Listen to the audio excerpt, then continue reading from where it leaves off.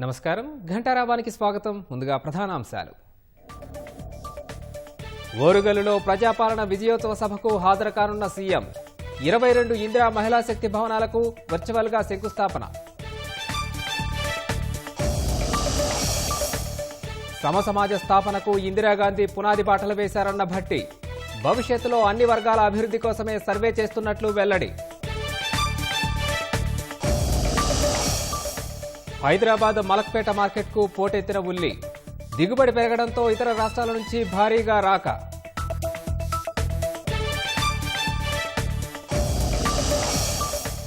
నాగ్పూర్లో NCP SP నేత అనిల్ దేశ్ముఖ్ కారుపై రాళ్ల దాడి.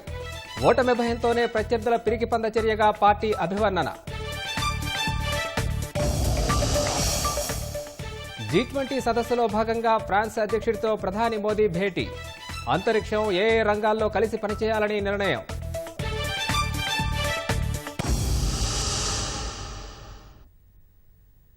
ఇందిరాగాంధీ జయంతి సందర్భంగా టీపీసీసీ ఆధ్వర్యంలో ఇందిరాగాంధీ వ్యవసాయ ప్రతిభా పురస్కారాలు అందిస్తున్నారు. ప్రత్యక్ష ప్రసారం ద్వారా చూద్దాం. అధ్యయనం చేసి సమగ్రమైనటువంటి రిపోర్ట్ కూడా రాష్ట్ర ప్రభుత్వానికి అందించవలసిందిగా కోరుతూ నేను ముగిస్తా ఉన్నాను. మీ అందరికీ మరొకసారి నా హృదయపూర్వక అభినందనలు తెలియజేస్తున్నాను. Thank you sir. ఈరోజు ఇక్కడికి విచ్చేసిన మీ అందరికీ, ముఖ్యంగా ప్రింట్ అండ్ ఎలక్ట్రానిక్ సోదరులకు, తర్వాత మన మధ్యలో ఉన్న ఎన్ఆర్ఐసెల్ చైర్మన్ వినోద్ సార్కి, తర్వాత నేతన్న రవి గారికి, తర్వాత రైతు నాయకులు ఆదిరెడ్డి గారికి, మరియు అందరికీ కూడా మరొకసారి స్వాగతం. తర్వాత కార్యక్రమం ఇవాళ ఇందిరాగాంధీ గారి పుస్తక ఆవిష్కరణ, తర్వాత మరియు అవార్డ్ గౌరవ. We request now our Mahesh Kumar Goud garu to present a memento to our Telangana రాష్ట్ర ఉప ముఖ్యమంత్రి వారిళ్ళకి మహేష్ కుమార్ గౌడ్ గారి చేతుల మీదుగా అవార్డు అందించడం జరుగుతోంది.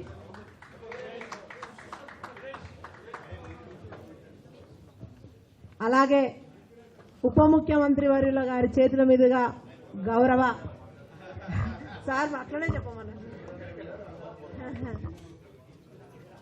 సో మనందరి ప్రియతమ నాయకులు శ్రీ మహేష్ కుమార్ గౌడ్ గారికి అవార్డు ప్రదానోత్సవం జరుగుతోంది.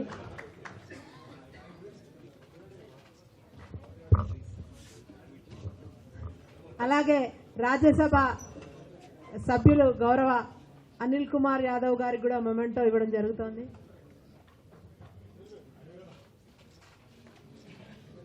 మీ అందరికీ కూడా మరొక్కసారి ధన్యవాదాలన్నా. అలాగే ఇప్పుడు పుస్తక ఆవిష్కరణ గౌరవ తెలంగాణ రాష్ట్ర ఉప ముఖ్యమంత్రి గారు బట్టి విక్రమార్క గారు ఆవిష్కరిస్తున్నారు.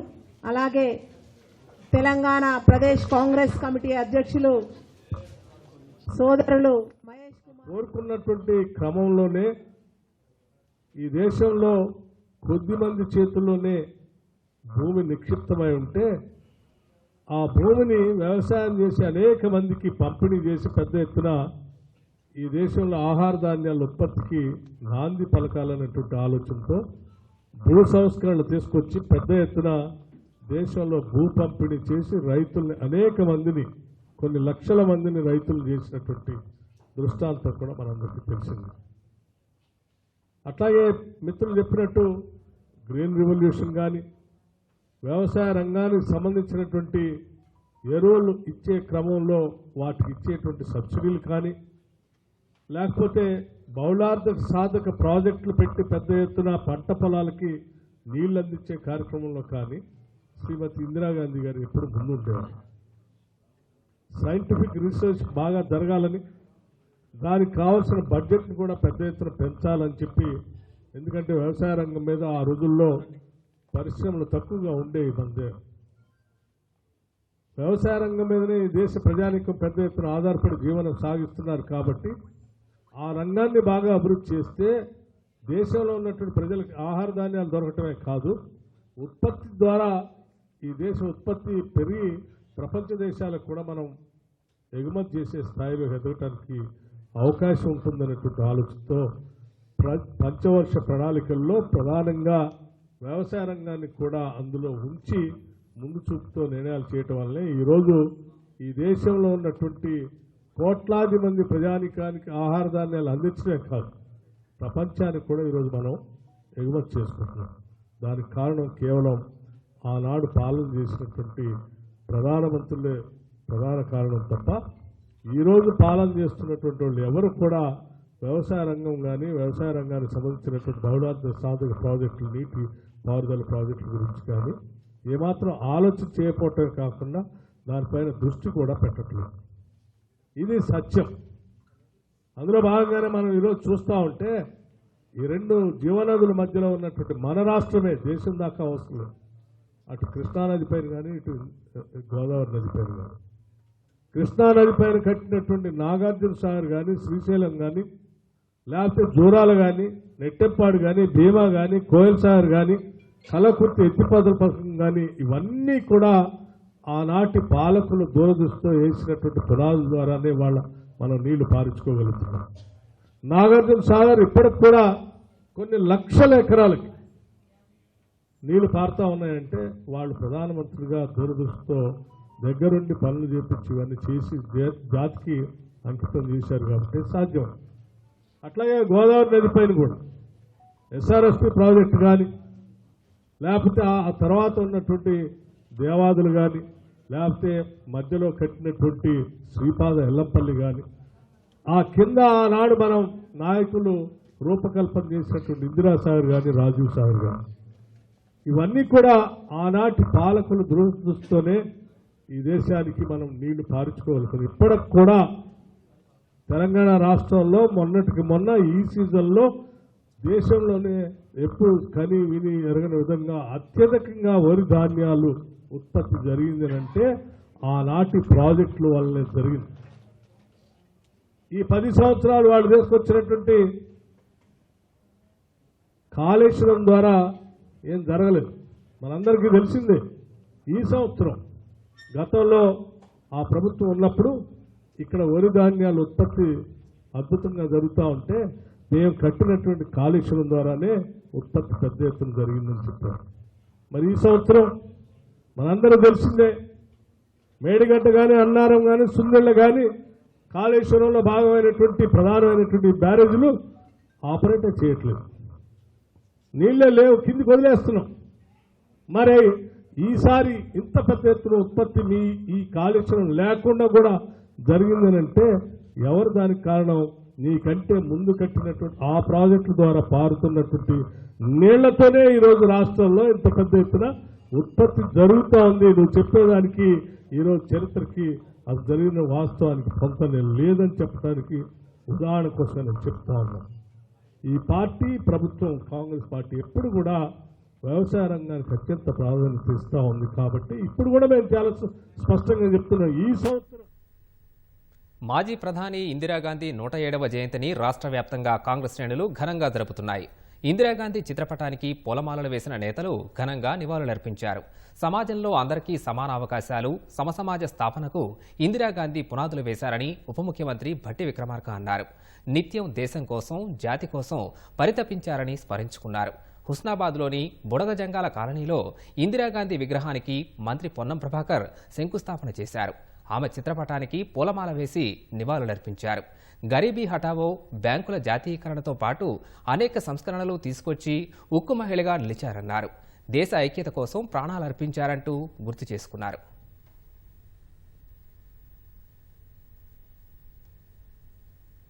హుస్నాబాద్ పట్టణంలో ఒక విగ్రహానికి శంకుస్థాపన చేసుకున్నాం. ఈరోజు మళ్లీ జయంతి లోపల ఇక్కడ విగ్రహానికి పూలమాల వేసే విధంగా కార్యక్రమాన్ని తీసుకుపోయే విధంగా స్థానిక నాయకులందరికీ విజ్ఞప్తి చేస్తా ఉన్నాను. పరిపాలన దక్షత కలిగినటువంటి ప్రధానమంత్రిగా మరి ప్రపంచంలో నిలబెట్టుకున్న పేరు ఇందిరమ్మది. అటువంటి నాయకురాలు చివరి రక్త బొట్టు వరకు దేశానికి దారపోస్తా అని చెప్పి ఆఖరికి హత్యకు గురి కాబట్ట ఇందిరాగాంధీ గారు దేశ ఐక్యత కొరకు ప్రాణాలు అర్పించినారు. వారిని ఈనాటి యువత ఆదర్శంగా తీసుకోవాలి. ఇందిరాగాంధీ యొక్క ఆలోచన విధానం పేదలకు న్యాయం చేయాలనేటువంటి ప్రతి రాజకీయాల్లో ఉన్న ఏ పార్టీ అయినా తీసుకోవాలని ఆకాంక్షిస్తూ ఆ అమ్మకు ఘనంగా నివాళులర్పిస్తా ఉన్నాం.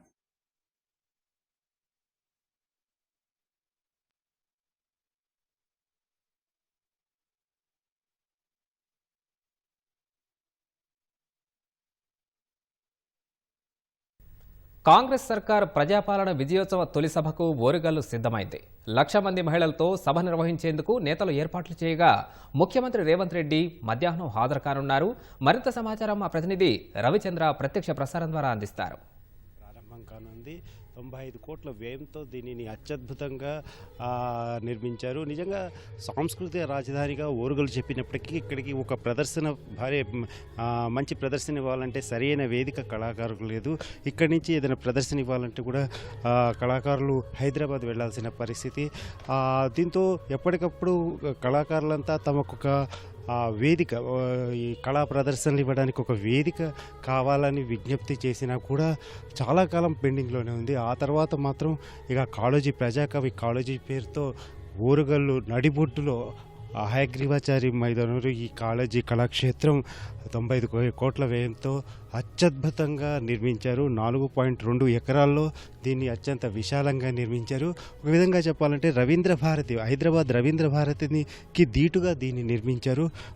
లోపల సీటింగ్ కెపాసిటీ చూసుకుంటే 1127 మంది పైగా ప్రేక్షకులు ఇందులో కూర్చోవచ్చు. అలాగే అధునాతన హంగులతో దీన్ని నిర్మించారు. డిజిటల్ స్క్రీన్ ఏర్పాటు చేశారు. అలాగే మొత్తం ఒక 8 దాకా గ్రీన్ రూమ్లు అంటే కళాకారుల కోసం నిర్మించారు. మొత్తం 4 అంతస్తుల్లో ఈ భవనాన్ని నిర్మించారు. అలాగే ఇక్కడ కళాకారులు చక్కగా ప్రదర్శనలు ఇవ్వచ్చు, నాటికలు అలాగే ఇతర కార్యక్రమాలను ప్రదర్శించుకోవచ్చు. 95.548 చదరపు అడుగుల విస్తీర్ణంలో దీన్ని నిర్మించారు. ముఖ్యంగా కూడా ఆధ్వర్యంలో ఈ పనులు చాలా ఇటీవల కాలంలో చాలా వేగవంతమయ్యాయి. కూడా చైర్మన్ ఇనగాల వెంకటరామరెడ్డి గారు మనతో ఉన్నారు. సార్ చెప్పండి సార్, ఈ పనులు ఇంత వేగంగా ఎలా పూర్తి చేశారు? ఇది ఒక కళాకారులకు అత్యద్భుత కళాక్షేత్రం. సీఎం గారు ఇచ్చిన టార్గెట్ ప్రకారం 90 రోజుల్లో కంప్లీట్ చేసాం. సెప్టెంబర్ 9th అన్నారు. సెప్టెంబర్ 9th కంప్లీట్ చేసాం. కానీ కొన్ని అనివార్య కారణాల వల్ల కొద్దిగా డిలే అయింది. కానీ అయినందుకు కూడా కొద్దిగా మంచిగా సమకూర్చి అన్ని రెడీ చేసి పెట్టాము. ఏంటంటే ఒక పెద్ద మాన్యుమెంట్ ఇది, దీన్ని కాపాడుకుంటాం, ప్రజల ఆస్తి ఇది. సో దీన్ని పేద ప్రజలకు, పేద పిల్లలు, స్కూల్ పిల్లలకు, కాలేజ్ పిల్లలకు, వాళ్ళకి సంస్కృత కార్యక్రమాలకు పక్క అందే విధంగా రూపకల్పన చేస్తాము. అదేవిధంగా ఆర్ట్ కానీ కల్చర్ కానీ ప్రమోషన్ చేస్తాము. Film release functions, political parties meetings, మ్యారేజెస్కి ఎటువంటి అవకాశం ఇచ్చేది లేదు. డిజైన్ అంతా అద్భుతంగా ఉంది. ముఖ్యంగా 4 అంతస్తులలో ఈ భవనం నిర్మించారు. ఇదంతా సీఎం గారు చొరవ, వారి పర్సనల్ ఇంట్రెస్ట్ తీసుకొని కాలేజీ గారికి అయితే వాదన మాట ఇచ్చిండ్రో దాని ప్రకారంగా దాదాపుగా 90 కోట్లు ఖర్చు పెట్టి ఇది చేసినాము. తెలంగాణ కాకుండా సౌత్ ఇండియాలో ఇది నెంబర్ 1 కన్వెన్షన్ సెంటర్ అవుతుంది. దీంతోపాటు ఇప్పుడు ఎయిర్పోర్ట్ వచ్చినందుకు ఎయిర్పోర్ట్తో పాటు ఇది వరంగల్కి మంచి రోజులు ఉన్నాయని చెప్పి కూడా అందరూ భావిస్తున్నారు. చాలా సంతోషకరమైన వార్త. మధ్యాహ్నం ఇక్కడికి వచ్చేసారు సీఎం. ఈ కాళోజీ ఈ కళా సౌధాన్ని, కళాక్షేత్రాన్ని ఆయన ప్రారంభిస్తారు. అలాగే ఇక దీనికి సంబంధించి అంటే ఈ కాళోజీ కళాక్షేత్రం ఒక కళాకారులు ఇప్పటి నుంచి కూడా ఎదురు చూస్తున్నారు ఒక సంస్కృత వేదిక కావాలని. అది ఇన్నాళ్ళకి వాళ్ళ కళ సాకారమైంది. ఇక పై ఇక్కడ చక్కగా ప్రదర్శనలు ఇచ్చుకోవచ్చని వారంతా కూడా చెప్తున్నారు. వారంతా హర్షం వ్యక్తం చేస్తున్నారు. తమ కళ నెరవేరిందని వారంతా హర్షం వ్యక్తం చేస్తున్నారు. Over to studio. ధన్యవాదాలు రవిచంద్ర. వరంగల్ జిల్లా చెన్నారావుపేట వ్యవసాయ సహకార సంఘం ఎదుట రైతులు నిరసన చేపట్టారు. సొసైటీలో అవినీతి జరిగిందని ఆరోపించారు. రుణాల పంపిణీలో ఇష్టారాజ్యంగా వ్యవహరిస్తున్నారని, పాలక మండలి సభ్యులు చెప్పిన వారికి రుణాలు ఇస్తున్నారని ఆగ్రహం వ్యక్తం చేశారు. సహకార సంఘంలో కొన్నాళ్లుగా కోట్ల రూపాయల అవినీతి జరిగిందని, పాలక మండలిని బర్తరఫ్ చేసి విచారణ చేపట్టాలని డిమాండ్ చేశారు. ప్రతి రైతుకు ఏది 1 ఎకరానికి ఎంత లోన్ ఇస్తారు అనేటువంటిది మీరు డిసైడ్ చేసి రుణం ఇవ్వాలి. అదే తప్పితే ఒక 10 గుంటలు ఉన్న వాడికి 99,000 ఇచ్చేసి 10 ఎకరాలు ఉన్న వాడికి 40,000 50,000 ఇవ్వడం అనేటువంటి స్వభావం కాదు అని మేము కోరుకుంటున్నాం. విజిలెన్స్ అనేటువంటి నోటీస్ వచ్చింది కాబట్టి అవినీతి మీద విచారణ చేయాలని తత్సంబంధిత శాఖల వారిని మేము కోరుకుంటున్నాం. పంపులో అవినీతి జరిగింది. 68 లక్షలు రాజపల్లె గోదాం పేరు మీద ఏది విడుదల చేశారు. వీళ్ళు విహారయాత్రకు పోయి రవాణా ఖర్చులు అనేటువంటి ఒక 5 లక్షలు రాయడం జరిగింది. ఎక్కడికి పోయారు? ఏం పరిశీలన చేసి వచ్చారు? ఇక్కడ జరిగేటువంటి ఎంసీ మీటింగులలో ఒక్క పాలక వర్గ సభ్యునికి 5,000 రూపాయలు ఇస్తారండి. కాకపోతే ఇది రాయరు. హైదరాబాద్ మలక్పేట్ మార్కెట్కు ఉల్లి పోటెత్తుతోంది. గతేడాదితో పోలిస్తే ఈసారి ఉల్లి దిగుబడులు ఆశాజనకంగా ఉన్నాయి. రాష్ట్రంతో పాటు ఏపీ, మహారాష్ట్ర, కర్ణాటక, కర్నూలు, ఎమ్మిగనూరు తదితర ప్రాంతాల నుంచి ఉల్లి పెద్ద ఎత్తున మార్కెట్కు వస్తోంది. క్వింటా ఉల్లి కనిష్ట ధర 4,000 రూపాయలు పలుకుతుండగా గరిష్ట ధర 5,500 రూపాయలు పలుకుతోంది. గతేడాదితో పోలిస్తే ఈసారి మార్కెట్కు 200 టన్నులు ఉల్లి అధికంగా వచ్చే అవకాశం ఉందని మార్కెట్ యాజమాన్యం చెబుతోంది. ఎకర 80 సెంట్లు పెట్టినాము. 280 బస్తాలు అయినవి, 4200 రేటు పోయినవి. కానీ మందుల ఖర్చులు ఎక్కువైనవి, కూలీలు ఎక్కువైనవి. మాకు ఎక్కువేమి పెద్ద మిగిలే అవకాశం లేదు. మాకు నష్టమే ఉంది. వాన వచ్చి మధ్యలో పంట పండినాక వాన వచ్చినాక నష్టం జరిగింది. అందువల్లనే ఇప్పుడు వేసుకొచ్చిన దానికి మాకు కష్టానికి మాకు చేసిన దానికి తినే దానికి సరిపోయింది. మాకేం మిగిలిన పెద్దగా ఏం లేదు. వర్ష ప్రభావం వల్ల ఉల్లిపాయలంతా రేట్లు పెరిగినాయి. ఈ సంవత్సరం ఉల్లిపాయ రేట్లు తక్కువ 1000 రూపాయల నుంచి 5500. పాత ఉల్లిగడ మహారాష్ట్ర గడ 7000 దాకా పలికింది. ఇప్పుడు ప్రస్తుతం ఒక 200-300 తగ్గింది. ఇప్పుడు ఈ రోజున్న మార్కెట్ టెండర్స్ అంటే రాయలసీమ సరుకులేమో అయిపోయినాయి. ఇప్పుడు ఉన్న సరుకులంతా రావాలంటే మన తెలంగాణ జిల్లాల నుంచి మహబూబ్ నగర్, కొల్లాపూర్, కొప్నూరు ఇక్కడ నుండి సరుకులు వస్తున్నాయి. ప్రస్తుతం అయితే ఈ రేట్లు అయితే ఇంకా వారం 15 రోజులు ఉంటుంది. ఆ తర్వాత మన డిసెంబర్ 15 తారీఖు నుంచి ఇంకా రేట్లు తగ్గుతాయి. రైతులకు మొత్తం ఆర్దాలు చేసి సరుకులు తెస్తే రేట్లు బాగా వస్తాయి. ఈ సంవత్సరము వర్షాలు పడి తుఫాన్ వల్ల చాలా మటుకు ఉల్లిపాయ కుళ్ళిపోయింది. దానివల్ల షార్టేజ్ వచ్చి కొద్దిగా రేట్ ఎక్కువైంది. అందులో కూడా మళ్ళీ ఇప్పుడు గవర్నమెంట్ ఎక్స్పోర్ట్ ఉంది బయట. ఆ ఎక్స్పోర్ట్ గిట్ల ఇప్పుడు ఎలక్షన్ అయిపోయినాక, మహారాష్ట్ర ఎలక్షన్ అయిపోయినాక ఎక్స్పోర్ట్ గిట్ల బంద్ చేస్తే కొద్దిగా 1000 రూపాయలు తగ్గిన ఛాన్సెస్ ఉన్నది. కాకపోతే ఇక 15 రోజులలో మహారాష్ట్ర బాగా దిగుబడి బాగా వస్తుంది. ఆ మహారాష్ట్ర సరుకులు కూడా చాలా ఉన్నాయి. ఆ మహారాష్ట్ర సరుకులు వచ్చినాయి అంటే ఆటోమేటిక్ ధర దిగిపోతే సామాన్యుడి మీదకి వెళ్ళి భారం తగ్గిపోతుంది. ఈరోజు మనకు 91 లారీలు రావడం జరిగింది. నిన్న మొన్న కూడా 90-91 వరకే వచ్చింది. లాస్ట్ ఇయర్ రేట్లతోటి కంపేరిటివ్ చేస్తే లాస్ట్ ఇయర్ రేట్లు ఈ సంవత్సరం రేట్లో లాస్ట్ ఇయర్ రేట్లు 1,000 రూపాయల వరకు ఎక్సెస్ ఉన్నాయి లాస్ట్ ఇయర్వి. ఈ సంవత్సరం తగ్గింది 1000. మళ్ళీ అదేవిధంగా లాస్ట్ మంత్కు ఈ మంత్కు కంపేరిటివ్ చేస్తే లాస్ట్ మంత్లో 6,500, 800 వరకు, 7,000 వరకు కూడా ఆ లాస్ట్ వీక్లో జరిగింది, లాస్ట్ మంత్లో జరిగింది. ఈ మంత్లో మాత్రం ఈ 2 వీక్లలో మనకు రేట్లు అనేది తగ్గడం జరిగింది. కంపారిటివ్ లాస్ట్ ఇయర్కి ఇప్పటికి చూసుకుంటే మరి లాస్ట్ ఇయర్ ఎక్కువనే రేట్లు, అరవెల్స్ తక్కువన్నాయి. లాస్ట్ ఇయర్ అరవెల్స్లో క్వాలిటీ ఉంది. ఈ సంవత్సరం అరవెల్స్లో క్వాలిటీ లేదు. అంటే ఉల్లిగడ్డలో నాణ్యత కొద్దిగా లోపించి. సమగ్ర సర్వే కోసం ఎన్యూమరేటర్లు ఇంటింటికి వెళ్లి వివరాలు సేకరించాలని ప్రభుత్వం ఆదేశించింది. కానీ ఆసిఫాబాద్ జిల్లా కొత్తపల్లిలో మాత్రం ప్రజలంతా పంచాయతీకి వెళ్లి వివరాలు నమోదు చేయించుకుంటున్నారు. ఇంటికి రాను, మీరే పంచాయతీకి రండి అన్నట్టుగా పంచాయతీ కార్యదర్శి వ్యవహారం ఉండటంతో అంతా పంచాయతీకి తరలుతున్నారు. పంచాయతీ కార్యదర్శి నిబంధనలకు విరుద్ధంగా కార్యాలయానికి ప్రజల్ని పిలిపించి సర్వే చేయిస్తున్నారు. దీంతో పంచాయతీ కార్యాలయం వద్ద ప్రజలు బారులు తీరాల్సి వస్తోంది.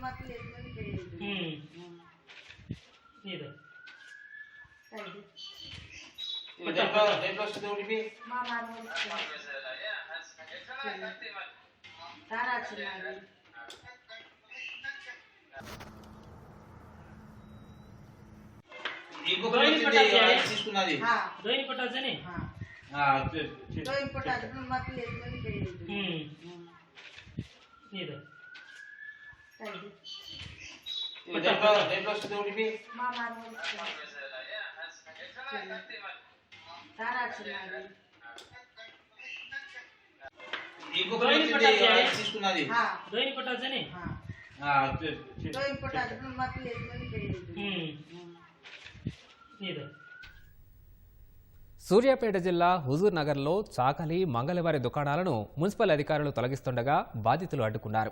రోడ్డుకు అడ్డుగా పడుకొని ధర్నాకు దిగారు. 40 ఏళ్లుగా బార్బర్ షాప్ ద్వారా జీవనం సాగిస్తున్నామని నోటీసులు ఇవ్వకుండా తొలగించడమేటని ప్రశ్నించారు. పొట్టకూటి కోసం దుకాణం నడుపుతున్నామని, స్థలాలు కబ్జా చేయలేదని వాపోయారు. తమకు న్యాయం చేయాలని బాధితులు కోరుతున్నారు. 20 సంవత్సరాలుగా మేము ఇట్లా ఇక్కడ జీవనం కొనసాగిస్తూ ఉన్నాం. పొట్టకూటి కోసం మా పిల్లల్ని, నా తల్లి, నా పిల్లల్ని అందరినీ కూడా ఈ షాప్లో జీవనం, మా తాతగారి కాడి నుంచి 40 సంవత్సరాల కాడి నుంచి మేము ఇక్కడనే జీవనం కొనసాగిస్తున్నాం. మా నాన్న తర్వాత నేను కూడా ఇస్త్రీ చేసుకుంటా ఇక్కడ జీవనం సాగిస్తూ ఉన్నాను. అయినా కానీ ఇక్కడ ఒక వ్యక్తి, వాళ్ళ యొక్క అధికార పార్టీలో ఉన్న ఆ వ్యక్తి అధికార మతంతో వాళ్ళ కమిషన్ వచ్చి ఎటువంటి రోడ్డుకి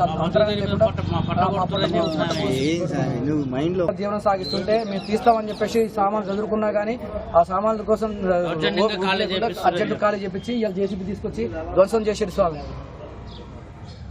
ఇక్కడ చేసుకుంటున్నాం. కానీ దీని మీద మా మా జీవనోపాధి లేకుండా మమ్మల్ని నడి రోడ్డు మీద పడేసిన పరిస్థితి వచ్చింది సార్.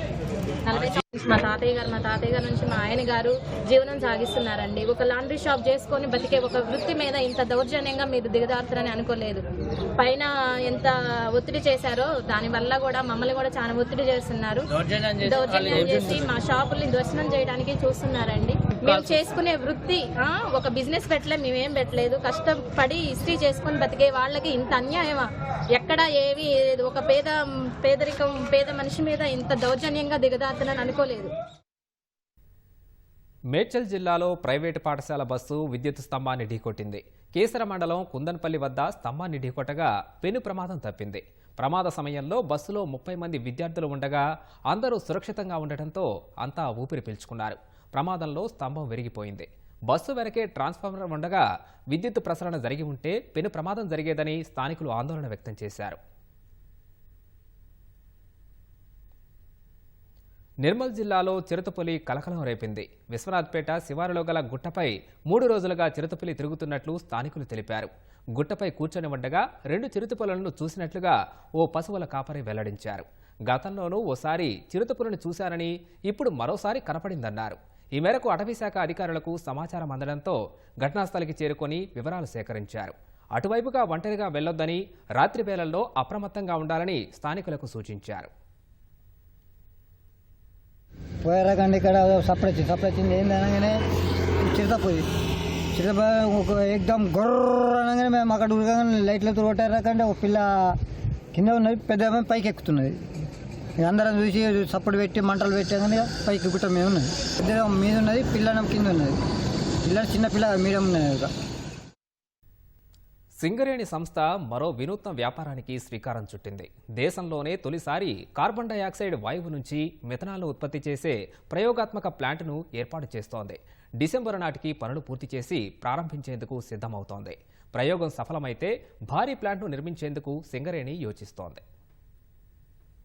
బొగ్గు విద్యుదుత్పత్తి చేస్తున్న సింగరేణి సంస్థ తాజాగా మరో రంగంలోకి అడుగుపెడుతోంది. బొగ్గును మండించగా వెలువడే కార్బన్ డయాక్సైడ్తో మిథనాల్ ఉత్పత్తికి సిద్ధమైంది. మంచిర్యాల జిల్లా పెగడపల్లిలోని సింగరేణి థర్మల్ విద్యుత్ కేంద్రం పక్కనే ప్లాంటును నిర్మిస్తోంది. బొగ్గును మండించగా వెలువడే వాయువు నుంచి రోజుకు 500 కేజీల పరిమాణంలో కార్బన్ డయాక్సైడ్ను సేకరించనుంది. కార్బన్ డయాక్సైడ్ను హైడ్రోజన్ వాయువుతో కలిపి మిథనాల్ ద్రవాన్ని ఉత్పత్తి చేయనున్నారు. ఇందుకోసం ప్రయోగాత్మక ప్లాంట్ నిర్మాణం ఇప్పటికే ప్రారంభమైందని, డిసెంబర్ 31 నాటికి పూర్తవుతుందని సింగరేణి సీఎండీ ఎన్ బలరాం తెలిపారు. త్వరలో రాష్ట్ర ప్రభుత్వ అనుమతితో లాంఛనంగా ప్రారంభించనున్నట్లు వెల్లడించారు.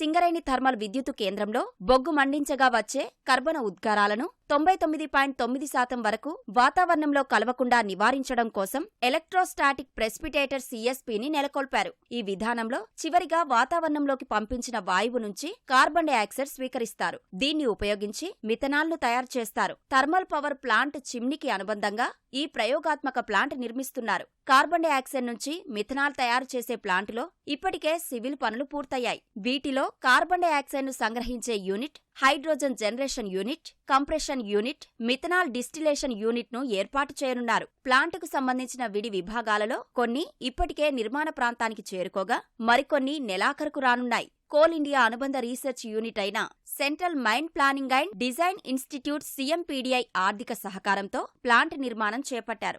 నిర్మాణ బాధ్యత, ప్లాంట్ నిర్వహణను బెంగళూరుకు చెందిన Jawaharlal Nehru centre for advanced scientific research, breath applied sciences private limited కు అప్పగించారు. ఈ ప్లాంట్ నిర్మాణానికి సుమారు 20 కోట్ల రూపాయల ఖర్చు కానుంది.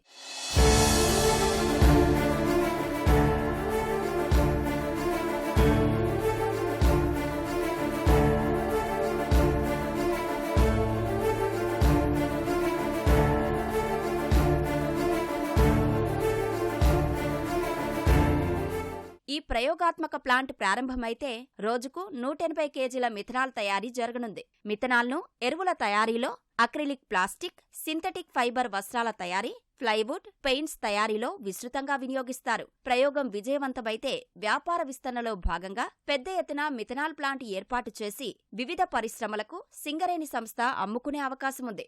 దేశీయ అవసరాల కోసం వినియోగిస్తున్న 120 మిలియన్ టన్నుల మిథనాల్లో దాదాపు 80 మిలియన్ టన్నులను ఇతర దేశాల నుంచి దిగుమతి చేసుకుంటున్నాం. దేశీయంగా ఉత్పత్తి దిశగా ఈ ప్రయోగాత్మక ప్రాజెక్టు విజయవంతమైతే భవిష్యత్తులో ఏర్పాటు చేసే ప్లాంట్ల ద్వారా దేశానికి ఆర్థికంగా ఎంతో లబ్ధి చేకూర్చే అవకాశాలు ఉన్నాయి.